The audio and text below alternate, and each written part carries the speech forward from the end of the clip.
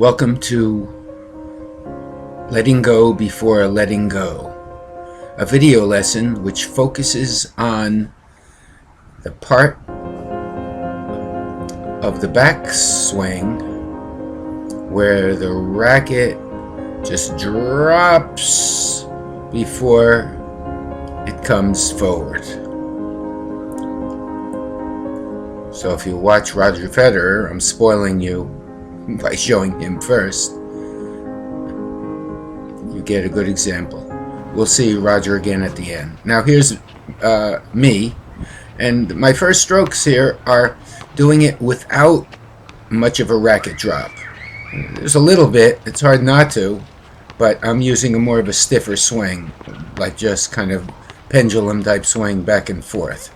And it looks okay, but it is missing this element. It's a little stiffer and less fluid. It doesn't involve as much rotation.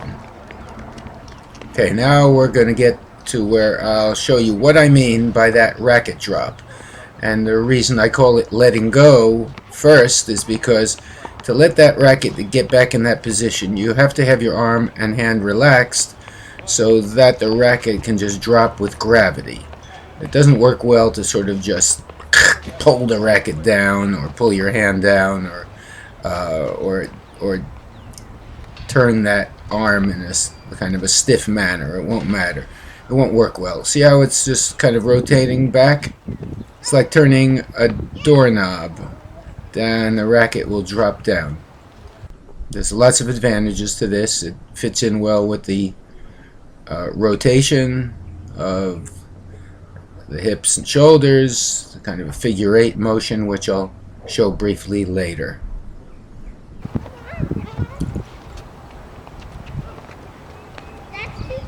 You're seeing me as a lefty and righty. The video is recorded as a lefty and then I reversed it.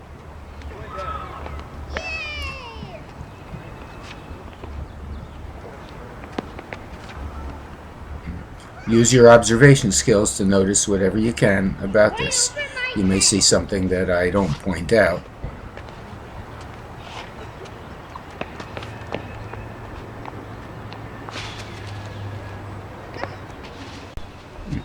Here I'm showing how the elbow coming back sort of pulls the racket back, and it helps facilitate that turn of the racket, which enables it to drop down into that slot position before coming forward. It just all kind of works together. If you throw the racket back, you lose it because there's too much tension, and it's like throwing it off track. This keeps it on a certain track, so you can observe. Here's a right-handed, and now I'm doing it with a straighter arm over here, but the arm can be bent or straight. We could talk about that another time.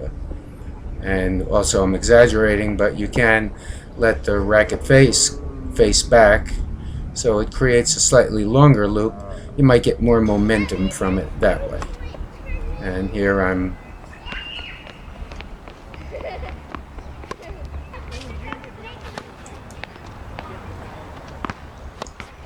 just demonstrating that the racket goes, the hand goes behind the back, and the racket goes back too far. It's a stiff motion. Now I'm doing it where I'm just dropping the racket and coming up, so there's no loop, and you can see this is a little bit forced and stiff. I'm sure if you practice enough, some people do it very well. And now I'm coming back to some slow motion where you see how my hand does stay to the left side of my body and gives ample time for the racket to rotate around and also store the energy in the body with enough rotation. So that's part of this, of course, is how you use your legs, how you turn your hips, the sequence of the turn. We will get into this later, but getting this type of stroke, this looping, rotating, turning, and dropping in the back, coming up to the ball, hitting with topspin. This will enable you to use everything better, your legs, your hips, your shoulders. It all kinds of helps each other. In some cases, some people do better if they start just with the hip and shoulder rotation and work from that point, but it isn't necessarily going to lead to this type of swing. It'll just help you get better at whatever swing you're using. So here's the core of all this, is the figure 8 motion. I'm just doing a continual motion around, and you can see how this enables a sequence of movements through the body, including that racket drop in the back. Right?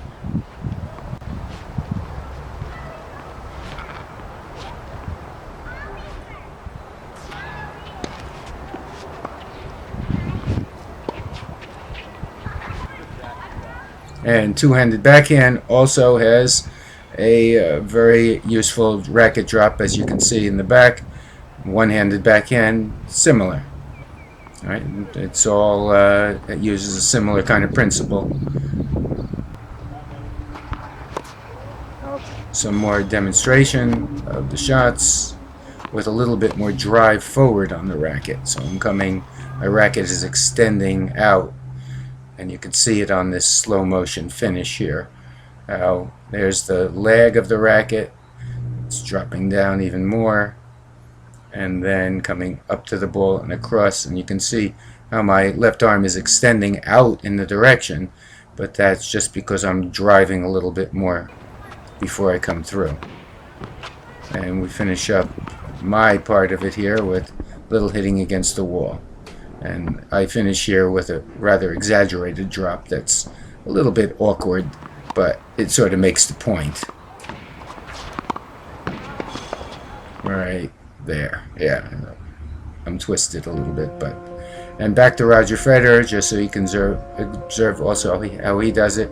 You'll also see how his right hand stays on the left side of his body as we're watching him.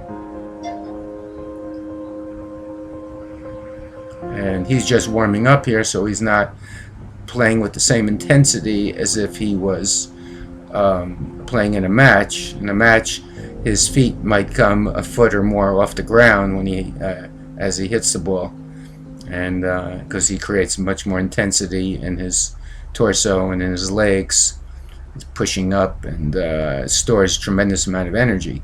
But he does maintain this similar type of arm motion. He just might create a little more tension in the stretch of the arm before the racket comes forward.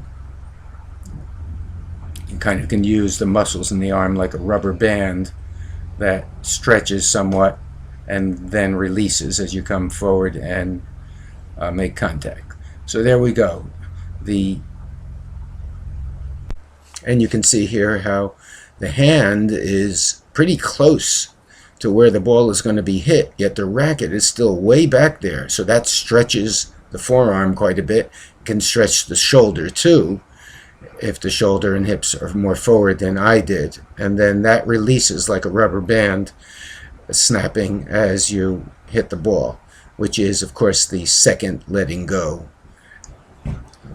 The first letting go is the racket dropping in the back with gravity, as the tension and energy in the body is now channeled through the arm and hands and racket for the second letting go. Any questions or comments are welcome. I hope you enjoyed this and you can find some way to apply it on the court. Thanks for listening and watching.